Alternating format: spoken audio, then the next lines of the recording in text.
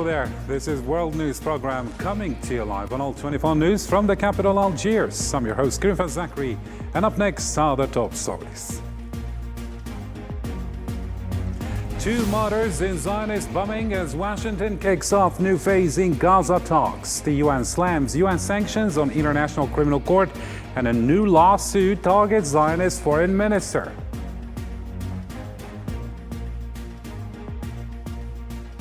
Also in our news, lawsuit filed in Morocco against Zionist official during visit, and critics condemn Makhzen's silence on Palestinian displacement plans as Akhnou's government struggles with soaring prices.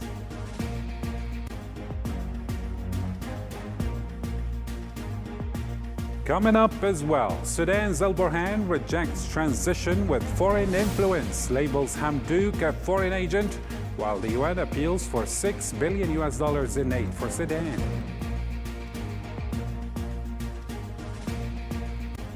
And later on, Saudi Arabia is to host US-Russian talks on Ukraine war ahead of Trump-Putin summit.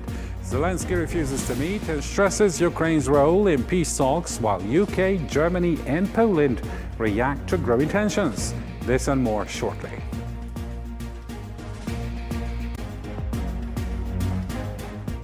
Hello again and welcome back to the details. First off in our news, 2 Palestinians were martyred on Sunday evening in a shelling by Zionist occupation forces east of Rafah in the southern Gaza Strip. The Palestinian news agency reported that the 2 victims had been seriously injured in a previous shelling last Wednesday. This brings the total number of martyrs to 6 following another shelling in Rafah on Sunday, violating the ceasefire agreement.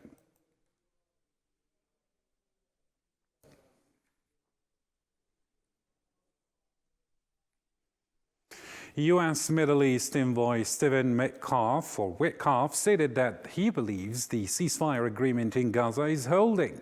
In a press statement on Sunday, Witkoff confirmed that the second phase of the agreement will begin as planned, emphasizing that his discussion with regional officials were constructive. However, he cautioned that the second phase will be more complicated. Going to be engaged. I think we are in discussions about how to finish the next hostage release, and there'll be an Israeli delegation going to either Doha or Cairo, and so I think that the ceasefire is holding. There could have been a circumstance of shooting, but hopefully it's not big enough to have changed this situation on the ground. I think we're stable and things are where they are supposed to be. Still with the Palestinian file, Zionist occupation forces arrested at least 25 Palestinians, including children and former prisoners, during a large-scale raid campaign in the occupied West Bank. The Prisoners Club and the Prisoners Affairs Authority reported that the arrests were concentrated in Al-Khalil and Ramallah, while aggression continues in Jenin and Tulkarm with ongoing arrests and field investigations. For its part, the Palestinian Islamic Resistance Movement Hamas praised the African Union's stance calling for the cessation of all forms of normalization with the Zionist entity. In a statement issued on Monday, Hamas described the final statement of the African Summit on the Palestinian issue as a continuation of the continent's history of resistance against colonialism and injustice. The movement urged African countries to translate their positions into practical actions that would end the occupation's aggression and hold its leaders accountable. We appreciate the principled positions stated in the final communiqué of the African Summit, which condemned the Zionist war on Gaza. We consider the positions of African countries a natural extension of their historical struggle against colonialism and oppression. Africa's stance constitutes significant support for the resilience of our Palestinian people and their resistance in the face of the crimes of the occupation. It is also a clear message to the international community on the necessity of assuming its responsibilities to stop the occupation's aggression and hold its leaders accountable. To a different note, United Nations Special Reporter on the Independence of Judges and Lawyers, Margaret Satt-Root, condemned the sanctions imposed by U.S. President Donald Trump on the International Criminal Court, calling them a direct attack on the international justice system. In a press statement on Sunday, Satt-Root argued that targeting an institution responsible for investigating the most serious international crimes and sanctioning its officials undermines the rule of law and efforts to combat impunity.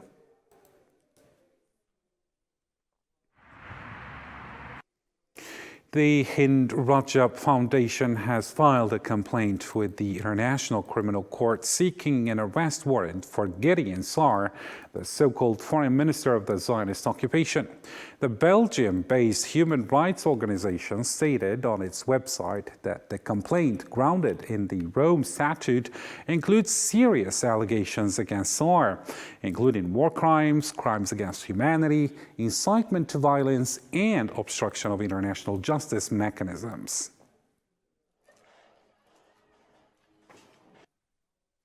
To a different development now, at least one person was killed in Lebanon, this time on Tuesday, when a Zionist occupation drone targeted a vehicle on the Awali Road in Saida al-Bahri, in the south of the country.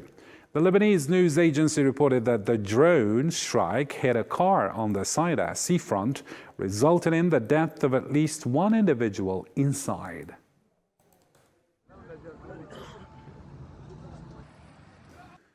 Lebanese President Joseph Aoun expressed concerns on Monday that the Zionist occupation may not fully withdraw from southern Lebanon by the deadline. He called on ceasefire mediators to ensure compliance and confirmed the Lebanese army's readiness to deploy in the affected areas. Aoun added that Hezbollah's weapons issue is being addressed through agreed-upon solutions. The Israeli enemy cannot be trusted. We are concerned that the full withdrawal may not be achieved tomorrow. The Lebanese response will be through a unified and comprehensive national stance. We are actively pursuing contacts at various levels to compel Israel to comply with the agreement. The sponsors of the agreement must assume responsibility for assisting us. The option of war is ineffective, and we will pursue diplomatic avenues, as Lebanon can no longer bear another conflict. The army is prepared to be deployed in the villages and towns from which the Israelis will withdraw. What matters is securing the Israeli withdrawal, while Hezbollah's weapons will be addressed within solutions agreed upon by the Lebanese. Moving on now to African-related news. African leaders at the summit in Addis Ababa congratulated Algerian President Abdelmadjid Tebboune for the exceptional success of the African peer review mechanism under his leadership. In a declaration issued after their annual summit on February 15th to the 16th, they commended Abdelmadjid Tebboune's steadfast commitment to enhancing democracy and good governance across the continent. فرضت علينا الظروف الصحية العالمية اجتماعنا اليوم بالحضور المباشر. The chairperson of the African Peer Review Mechanism Forum congratulated His Excellency President Abdelmadjid Tebboune, President of the People's Democratic Republic of Algeria, on his distinguished leadership of the African Peer Review Mechanism and the exceptional success achieved by the mechanism under his leadership. The heads of states and governments of the African Union congratulate the Algerian President on his enlightened leadership of the African Peer Review Mechanism and his unwavering commitment to promoting democracy and good governance on the continent. In a related note, Algeria welcomed the African Union's adoption of a resolution classifying slavery, deportation, and colonialism as war crimes against humanity and genocide. In a statement, the Algerian Foreign Ministry affirmed the country's support for the resolution, calling it a crucial step toward recognition, justice, and compensation for the crimes endured by African peoples. The ministry also confirmed Algeria's commitment, alongside South Africa, Togo, and Ghana, to ensure the resolution's implementation at the international level.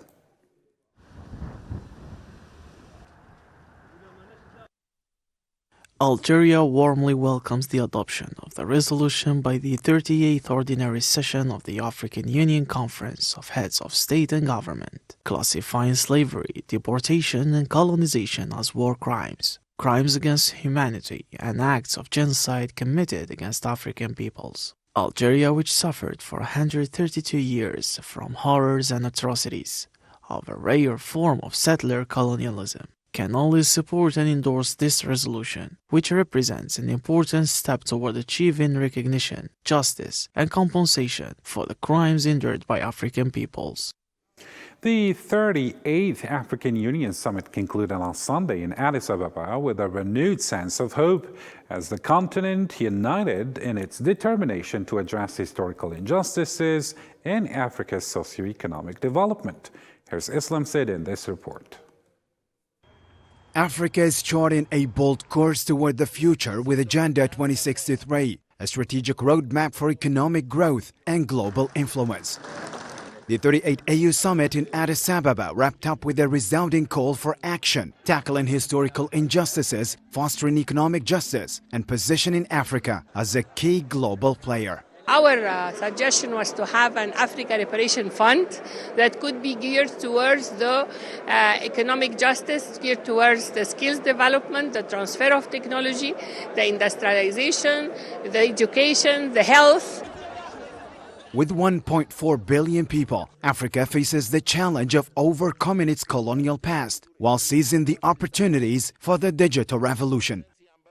Africa must actively participate in the global technology race to ensure we are competitive players in the evolving digital landscape, while also ensuring we benefit equitably from this technological revolution.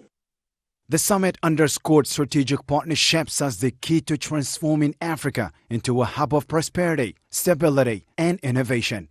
I think the best way of implementing this new theme is to making sure that we look forward, that we don't look back, and that we take stock of what happened through, but also to make sure that use the technology, use the science, use education, use the health advancements in order to make sure that we build a better future for ourselves and for our children.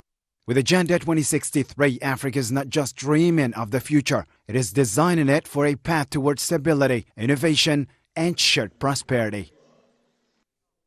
Moving on to neighboring Morocco now, anti-normalization activists in Morocco announced plans to file a lawsuit on Monday against the so-called Minister of Transport of the Zionist entity, Miri Regev, during her visit to the kingdom starting Tuesday. The Moroccan Group for Palestine stated that it will submit the lawsuit to the Court of Appeal in Rabat, accusing Regev of war crimes and genocide in Palestine and calling on judicial authorities to take appropriate legal action.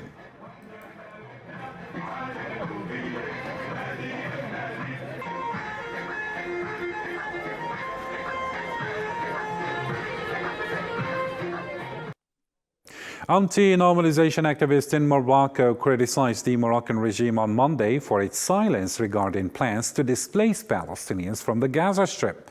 Aziz Hanawi, Secretary General of the Moroccan Observatory for Combating Normalization, urged the country's foreign ministry to address statements by the so-called Zionist Council General in the Southwest Pacific Ocean, who mentioned the possibility of including Morocco among the options for Palestinian deportation.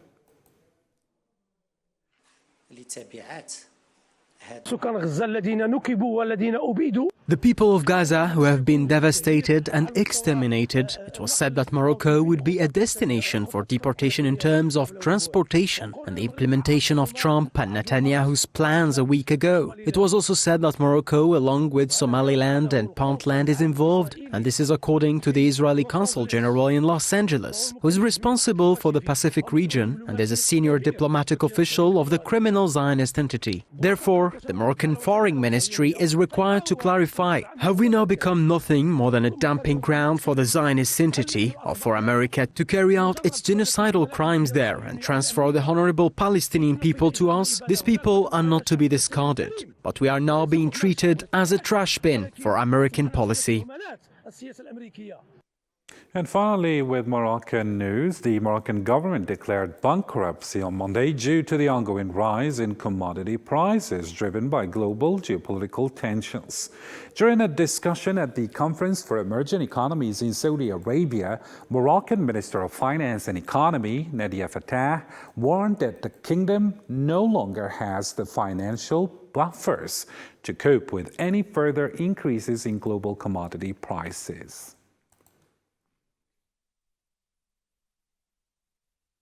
We have no more buffers and fiscal buffers to be confronted to a new increase in prices. This is really very, I would say, practical spillovers of these tensions. Moving on now to other topical development, the head of Sudan's Transitional Sovereignty Council, Abdel Fattah al-Burhan, reiterated his refusal to accept what he described as external dictates on the formation of the country's transitional government. During a visit to the Darfur region, al-Burhan emphasized that the Sudanese people are determined to overcome rebellion and any external conspiracies against them. Facilities. That statement. We are determined and will continue on the path we have chosen with the Sudanese people. The Sudanese people are now united behind the armed forces, united in defeating the rebellion and united in thwarting any external conspiracy against them. These people will prevail and no external solutions will be imposed on them. A message I send to the African Union and the United Nations. The Sudanese people will not accept any government being imposed on them. Al-Burhan reiterated further his rejection of former Prime Minister Abdullah Hamdouk's return to power in Sudan, labeling him a foreign agent. Let's take a listen. And the Sudanese people will not accept Hamdok or any other individuals who are agents of foreign powers being imposed on them. Those who are now speaking on behalf of the Sudanese people will not come, and none of them should dream of ruling the Sudanese state. We send a clear message to the regional and international community. Do not waste your efforts on matters in which the Sudanese people have already expressed their stance. Still with Sudan news, the United Nations called on Monday for a $6 billion to provide critical aid in Sudan. In a joint appeal, the UN Office for the Coordination of Humanitarian Affairs and the High Commissioner for Refugees stated that the operation aims to assist approximately 26 million people this year. They confirmed that nearly 2/3 of Sudan's population requires emergency aid, with large areas of the country experiencing famine conditions.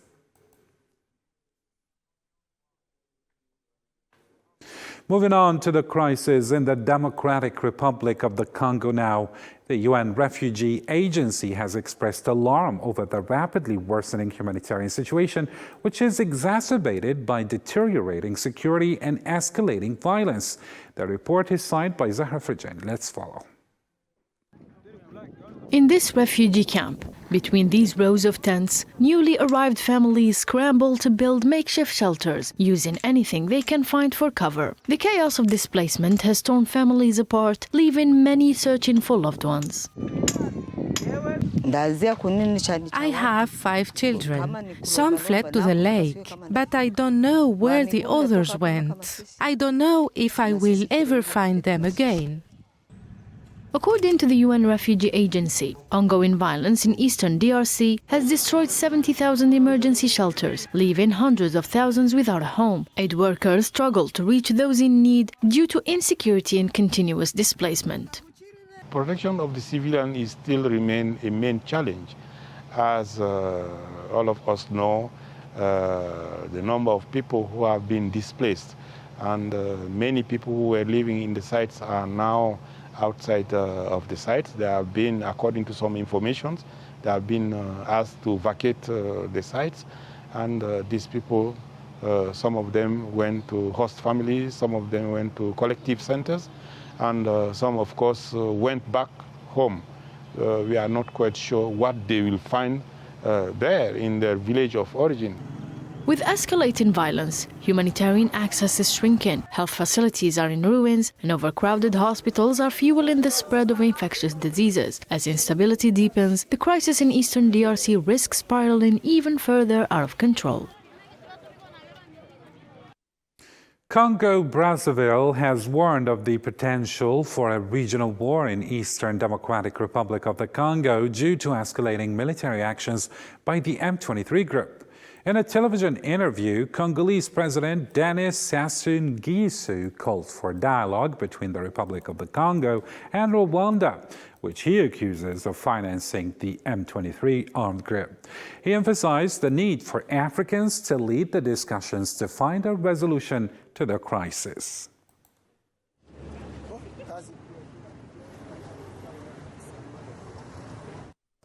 To other topical developments in world news, Saudi Arabia will host high-level US-Russian talks on Tuesday to address the war in Ukraine and prepare for a potential summit between President Trump and Putin. While Ukraine demands inclusion in any peace talks, tensions are rising across Europe, with leaders divided on how to resolve the crisis. Yasin Arikti reports now. Saudi Arabia will host high-level US-Russian talks on Tuesday aimed at addressing the ongoing war in Ukraine and setting the stage for a summit between President Trump and President Putin. The US delegation, led by Secretary of State Marco Rubio and National Security Advisor Mike Waltz, will meet with Russian officials, including Foreign Minister Sergei Lavrov. However, Ukrainian President Zelensky has made it clear he will not meet with either side, stressing that Ukraine must be included in any peace talks. How did you know about the Russian-American talks? Ukraine cannot recognize any agreements that concern us without us, and we did not recognize these agreements. According to Russia, the talks are focused on restoring bilateral relations and discussing the future of Ukraine. The United States is capable of helping to resolve the Ukrainian conflict. We do not hide the fact that such assistance is quite possible, especially since the United States has played a major role in the Ukrainian crisis since its very beginning. But it should be emphasized that there is no talk of the possibility of making territorial concessions to Ukraine in the settlement process. It is still unclear who will represent the United States on the Ukrainian track from the administration of the US President Donald Trump. Moscow also revealed its utter rejection of any regional concessions in a peace deal. On the instructions of President Putin, Foreign Minister Lavrov and his presidential assistant, Yuri Ushakov, are heading to Riyadh. On Tuesday in Riyadh, they are expected to hold a meeting with their American counterparts, which will be devoted primarily to restoring the full range of Russian-American relations. The conversation will be devoted to preparing for possible negotiations on the Ukrainian settlement. The topic of organizing and discussing the meeting of the presidents will be discussed, among other things. Meanwhile, UK Prime Minister Keir Starmer expressed readiness to send troops to Ukraine, calling for stronger economic pressure on Russia. Europe must play its role, and I'm prepared to consider committing British forces on the ground alongside others if there is a lasting peace agreement. For its part, Germany has called for a delay in discussions on sending peacekeeping forces until the outcomes of the Saudi talks are clear. In Poland, Prime Minister Donald Tusk emphasized the need to strengthen European defense capabilities, while in Hungary, the foreign minister criticized European leaders for prolonging the war by pushing a flawed peace process. As tensions continue to rise, the world waits to see whether these high-level talks will lead to a breakthrough in the war in Ukraine. And now it's time to catch up on other news stories making headlines around the globe with Sofian Kenturi. Russia announced the capture of Kyiv, Golovka and Kharkiv as its forces continued strikes in Luhansk and Donetsk. Meanwhile, Ukrainian drone hit a pipeline station in southern Russia, disrupting Kazakh oil exports to Europe. A building in Giza, Egypt, partially collapsed on Monday, leaving 10 dead and 3 injured according to the health ministry. 15 ambulances rushed to the scene in Kurdasa town, with the injured taken to a nearby hospital. South Korea's Data Protection Authority announced on Monday the suspension of new downloads of Chinese AI app DeepSeek. The move comes after DeepSeek admitted failing to comply with some personal data protection rules. A plane crashed at Toronto Pearson International Airport on Monday, injuring 8 people. Local media reported that the plane flipped on landing.